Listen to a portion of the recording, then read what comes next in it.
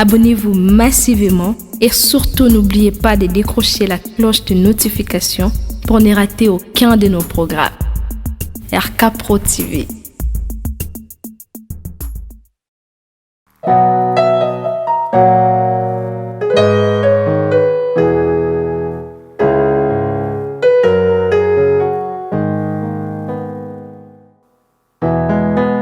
Okotisa babulami na etelo bwayo ya esantu pe olakisa lolenge ya kosanjola katango nyonso kombo na Yesu mokonzi.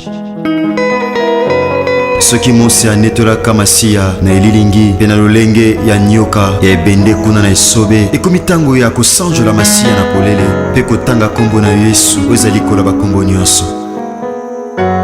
Nzambe wandima kokabola bokonzi bwa ye na biso baye tozalaki na se ya bowumbu ya Satan pe akomisa biso basantu na ntina kokokana na ye mosantu azali. Kombo bipa etangamaka bikomba bazwaka bana. Haleluya. Kombo elongola biso na bowumbu ya Satana. Kombo na Yesu. Kombo yo epesamela mokili na ntina ete lobiko etangama na mokili epai ya bato. Yesu Masiya tika na sanjola kombo na yo. Kombo epesamela mokili na ntina ete lobiko etangama na mokili epai wapi butu nkolela pe mikakatano ekomama na mitema ya bato. Kombo elatisa mokili lamba asika oyo moto moko te akoki kolongola yango. Kombo yo ekamuna misala ya Satana lokola mosali mafuta akamuna kambila mpona kobimisa mafuta. Kombo yo ememaka bomoi epai kufa elobama. Kombo yo ememaka lobiko epai bokono eumela ntango molai. Kombo yo epesaka biyano epai wapi mituna esukisama elemi ya bato ose. Kombo ebikisaka bokono oyo esukisama ele ya minganga. Kombo ebimisa maele ya bato liboma na ntina kotalisa ete moboko ya boyebi eza nde yo Yesu Kristo ya Nazareti.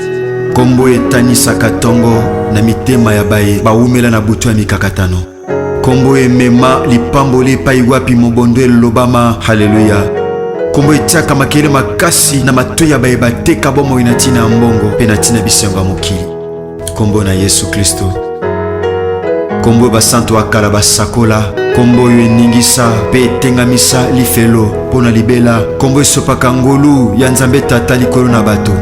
Kombo yo elongisaka bayenge bene na bitumba ya molili pe ememaka pole pona kongengisa banzela ya babulami.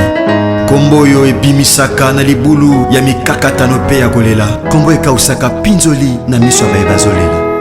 Kombo ezongisaka na bomoi oyo si ekufa pe si ekauka. Kombo ezongisaka na bomoi ata osi ekundama. Kombo ezongisaka na bomoi ata miku ya kokauka. Kombo yo etanisaka tongo na mitema be bazomela na kati ya molili. Kombo ezali kona bakombo nyonso. Kombo etangamaka ntango nyonso solo. Kombo ekomaka elonga na mitema ya babulami. Epai kombo etangamaka makambo ebongwanaka. Epai kombo ezotangama mituna ezozwa biyano. Epai kombo etangamaka. Haleluya. Ezalaki pasi ekomaka pete. Epai kombo etangamaka. Haleluya. Epai makambo emonanaki pasi mituna emonana pasi epai na bato mayele. Kombo na Yesu Masiya ekomisa yango pete. Kombo yo ememaka esengo pe koseka na bilongi oyo ebeba na ntina mitungisi ya pasi ya mokili. Kombo na Yesu. Kombo Nzambe Tata. Kombo eningisaka misala ya Satana. Kombo ezongisaka na bomoi. Kombo ebengaka na kozala eloko etikala kozala te. Kombo ememaka esengo na bilongi eseka kala. Kombo emema assurance na mitema ya bato. Kombo emema lobiko na bomoi ya bato. Kombo emema elonga na kati ya bomoi ya bato. Kombo ezali kona bakombo nyonso. Kombo epai etangamaka makambo ezobongwana. Tika tosanjola kombo na Masiya.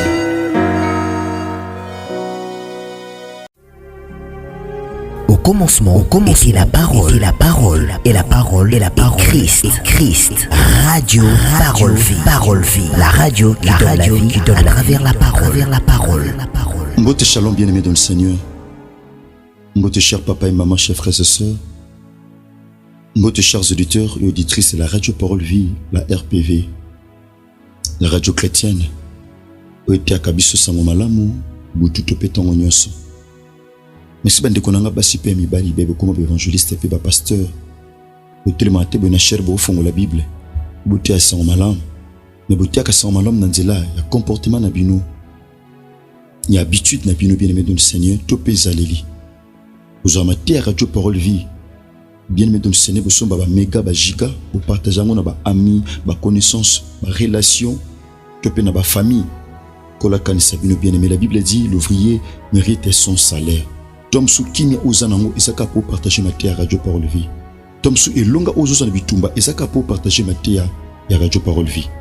Seka bolingongo le pe bolamu ya Christ bande konanga basipe ya mibali e yebana ko bila bino. Merci balinga mikat na kolo. Merci bande konanga nyonso.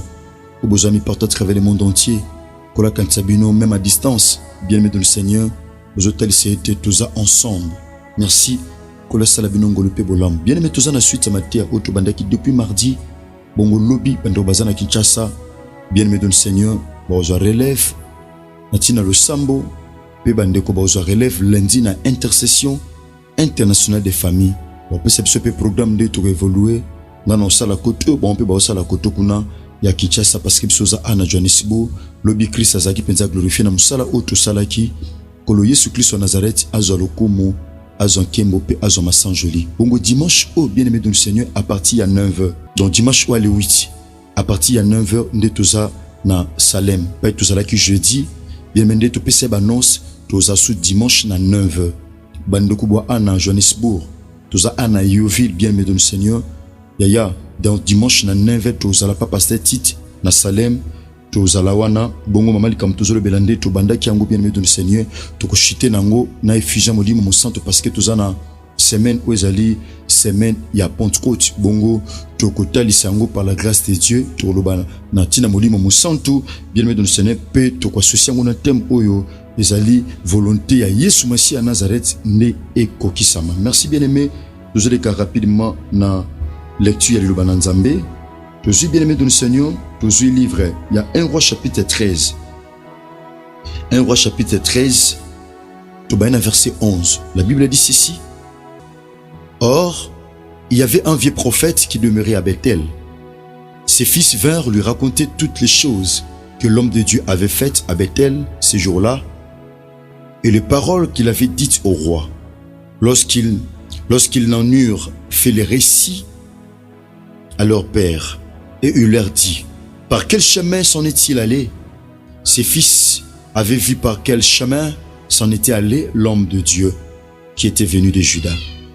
Et il dit à ses fils, scellez-moi l'âne. Ils lui scellèrent l'âne, il monta dessus. Il alla auprès de l'homme de Dieu, et il le trouva assis sous un térébinthe. Il lui dit, es-tu l'homme de Dieu qui est venu de Juda? Il répondit, je le suis. Alors il lui dit, viens avec moi à la maison, tu prendras quelque nourriture. Mais il répondit, je ne puis nous retourner avec toi, ni entrer chez toi. Je ne mangerai point de pain, je ne boirai point d'eau avec toi en ces lieux-ci. Car il m'a été dit par la parole de l'Éternel, tu ne mangeras point de pain et tu ne boiras point d'eau. Et tu ne prendras pas à ton retour le chemin par lequel tu seras allé. Et il lui dit, moi aussi je suis prophète comme toi. Et un ange m'a parlé de la part de l'Éternel et m'a dit, ramène-les avec toi dans ta maison et qu'ils mangent du pain et boivent de l'eau. Et il lui montait. Verset 19, l'homme de Dieu retourna avec lui et il mangea du pain et but de l'eau dans sa maison.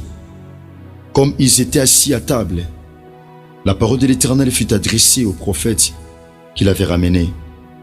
Et il cria à l'homme de Dieu qui était venu de Juda, ainsi parle l'Éternel, parce que tu as été rebelle à l'ordre de l'Éternel. Tu n'as pas observé les commandements que l'Éternel ton Dieu t'avait donnés. Parce que tu es retourné et que tu as mangé du pain et bu de l'eau dans le lieu dont je t'avais dit, tu ne mangeras point de pain et tu ne boiras point d'eau. Ton cadavre n'entrera pas dans le sépulcre de tes pères. Toujours Matthieu chapitre 10 verset 16. Voici je vous envoie comme de brebis au milieu des loups. Soyez donc prudents comme le serpent et simples comme les colombes. Que Jésus-Christ de Nazareth bénisse sa parole. Bien-aimé dans le Seigneur, nous te souhaitons dimanche toza na Yoville, en Akata Johannesburg, dans Salem, et pas pasteur Tite, bien-aimé, tout est sans malin par la grâce de Dieu. Kolo Yesu Christ en Nazareth akanisa bino. Merci de boya ebele boya na bandeko bien-aimé dans le Seigneur. Merci Christ azaki glorifié. Bato bongola ki mitema bien-aimé babota ebika ki bolamu ya Christ. Bien-aimé Christ azala penza glorifié. Bien-aimé maman comme na biso ezali la prudence et la simplicité. Bien-aimé on ezali maman comme autozolobela. Bien-aimé toloba ki yango ete ezana bato ebele ba chuta na vie parce que bazala prudente.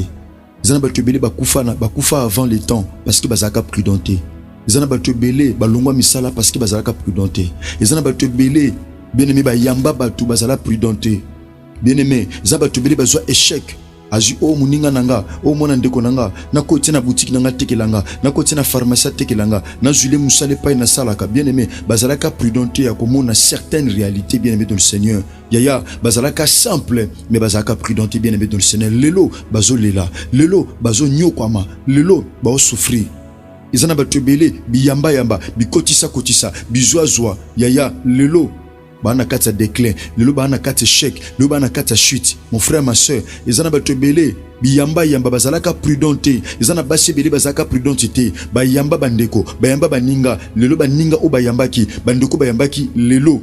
Bien-aimé dans le Seigneur, babebisa libala bamsusu kutu baboto la même ibali na bango. Bien-aimé pourquoi? Parce que bazalaka prudente.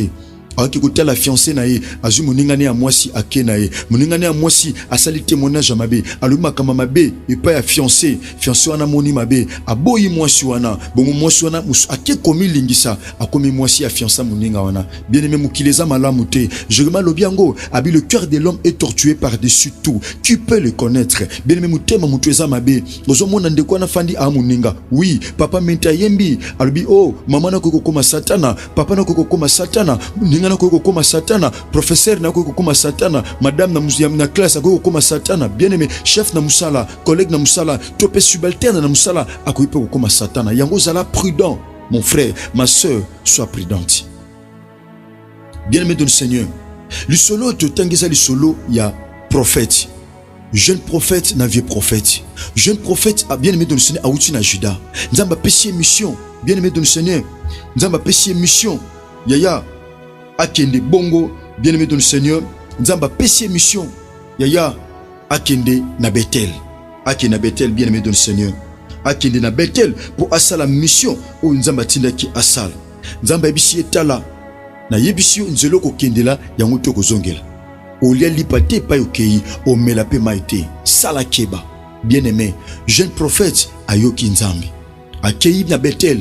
Bien-aimé asali musala nzambe tango asali musala nzambe a marqué. Bien-aimé asali musala avec succès asali musala avec gloire asali musala avec succès avec réussite. Batu ba betele maboko batu ba kumisie oza penzana nzambe nzambe tambulaka nayo nzambe oza munoko nzambe. Oui nyoso na batu babwakeli ba fleur ayaya roi bengiye yaka na ndaku nanga ozwa lipa omela mai yaka habiter ne sikaza la prudent aloba te sekele makambo nzamba yebisaki. Bien-aimé eza makambo nzamba yebisa biso fesuka ka biso na nzambe.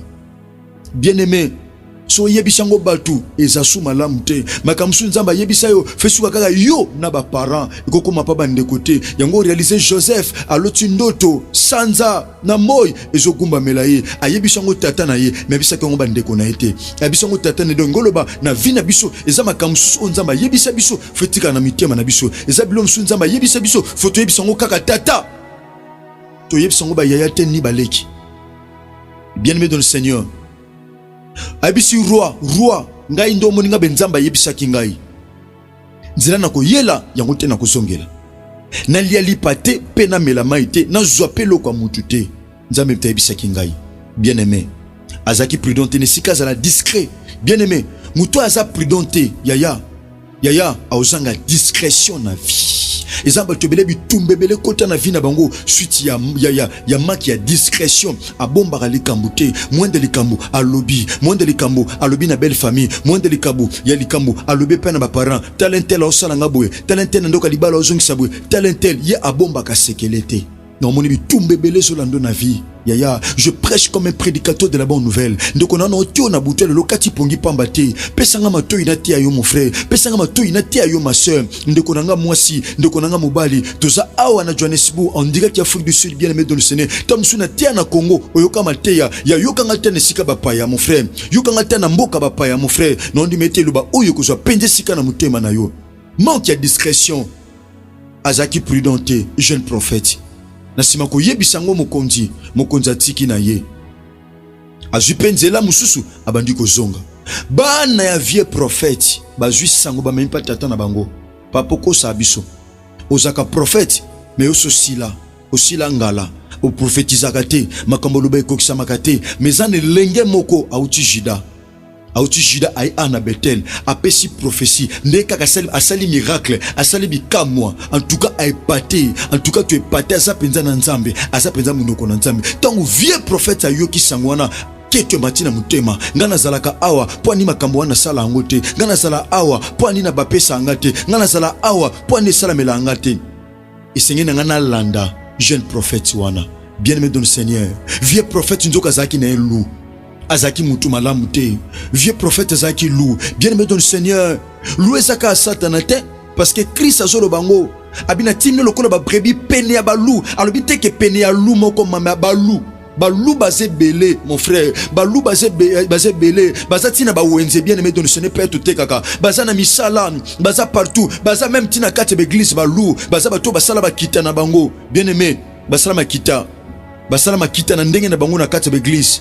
Basala ba groupe na bango na kati église ba na kati église bien aimé ne basaka makambo o sala makati na église o sala makana libanda do ba luba zwaka mukili ba memango na église baza mukili ba memango na église et là telia mabe maloba mabe kotonga kofinga kochola kobwakela bato maladie balou bien aimé de Seigneur vieux prophète nzoka zaki na elu bien aimé nandimi te aussi samatia onabati basana nzambe ba oya Ateba osimba passage mususu peut-être bako zape libaku ya ko continuer basili sa musala o bien-aimé to bandaki mardi bien-aimé djoka vieux prophète zaki lou bien-aimé ba lou ba sa partout même dans ba famille musu po mona tata botayo alu amutuma andoki to bitike to bwaka bon po ba lou to zana bon parce que sabi na tiki bino ba lou ba salawana abina tindi bino lokola ba brebi pe na ba lou bien-aimé vieux prophète azum punda abina akenzela nini balakisiye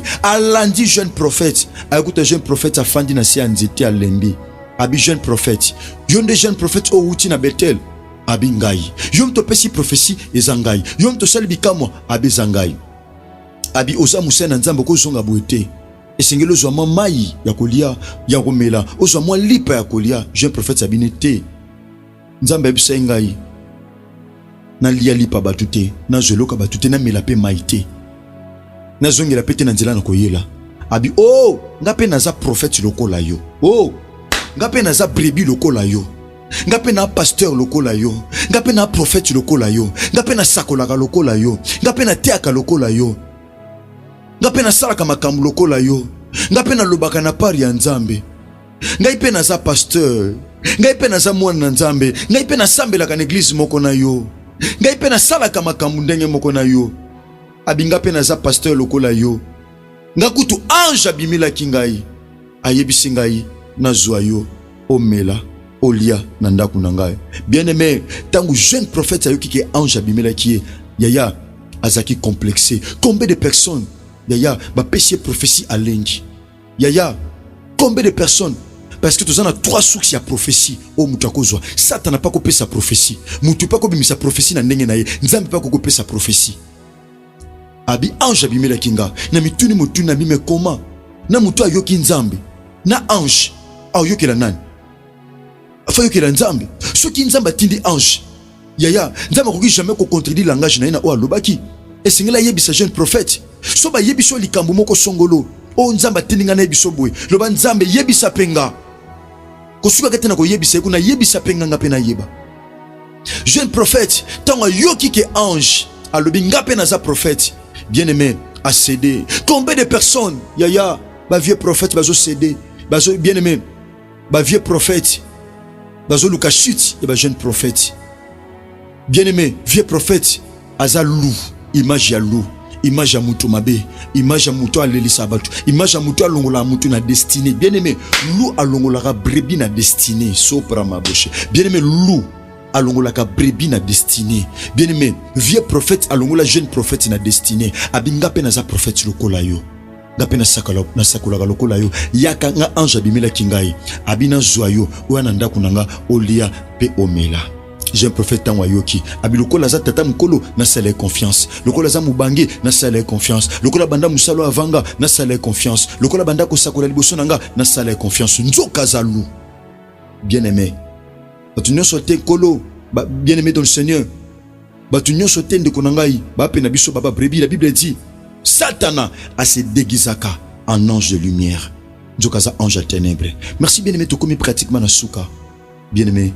Comme pratiquement na suka tondi mabasa na nzambe ba le kalobi na kata studio radio parole vie bien aimé to bonde na bangwe longo même à distance biso to zala awa to bonde la nzambe na bangwe longo bien aimé le lobby samedi tout comme lundi bien aimé to bosanité beki bandi ko ba pesa nos nango lobby to zape na activité monene na cause la foi na Luanda bandi ko nyoso bosa na Luanda bandi ko bo na Luanda bien aimé ba tam su bandi ko bo mituna église à Luanda des Arts. Église pasteur de la foi dans loin des Alpes.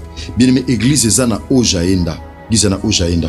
Ezana Ojaenda na entrée ya pont ya Mawete. Na direction administration en face à dépôt Masanga. Des activités et zawana pasteur de la femme torti abiso bien aimé dans le Seigneur. Turbanango les 10. Turban activité les 10. Les 10 eza mardi. Turban activité les 10. Donc mardi 10 de turban activité pour nous rechuter nango le 15. Donc activité au banda mardi.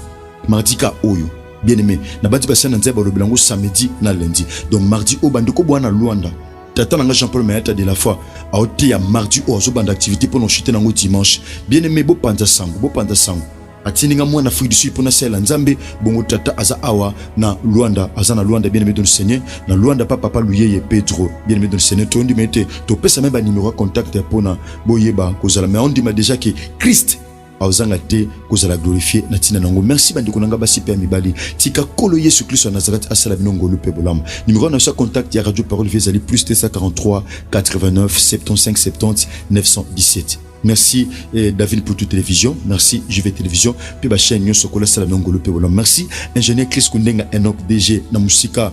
Merci RK Pro TV. Merci RK Pro TV na musika distance mais bozo sale la nzambe kola kansabino. Merci na DLF TV 2, merci na Chiffre 9 télévision. Merci ba sale nzambe nyo radio parole vie. Na mona ba kulutu la dilinga kyo évangéliste kola kansabino. Na mona boze belé, boza penze belé to kotanga ba kombote. Merci na pasteur JV bino nyonso dans l'ensemble kola sala nongo le pebolam. Que Jésus-Christ de Nazareth vous bénisse. Au commencement, était la parole, et la parole, et la parole, et la parole, Christ, radio, parole vie, la radio qui donne à travers la parole,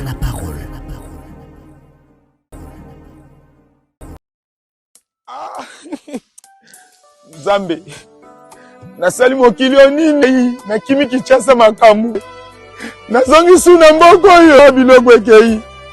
Bakoli ekei ngai bakoli na ngai sabakosi mais kamli bozolela yomona nzela zina makamu na makamu bana poto basunginga bakabeli nga babiloko ndenge na ndenge akisaki biso kuna agence yango ezalaka agence te lupango ba omoni na France mobimba Europe oyo surtout na Île-de-France agence ezakaka moko FB International mutuka na cheki ekei ngai omoni FB International yango ramassage yango moko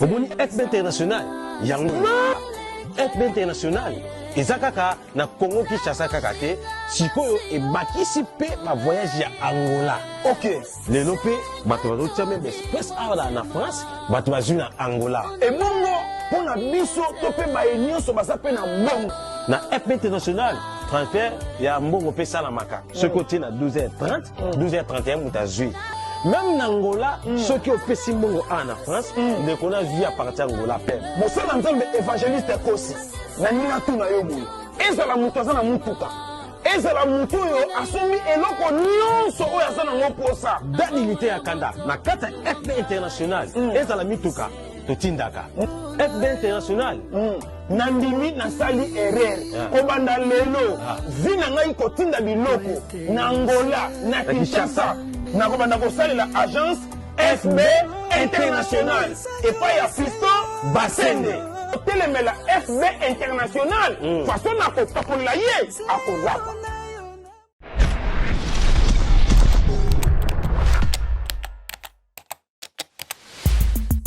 Abonnez-vous massivement et surtout n'oubliez pas de décrocher la cloche de notification pour ne rater aucun de nos programmes. RK Pro TV.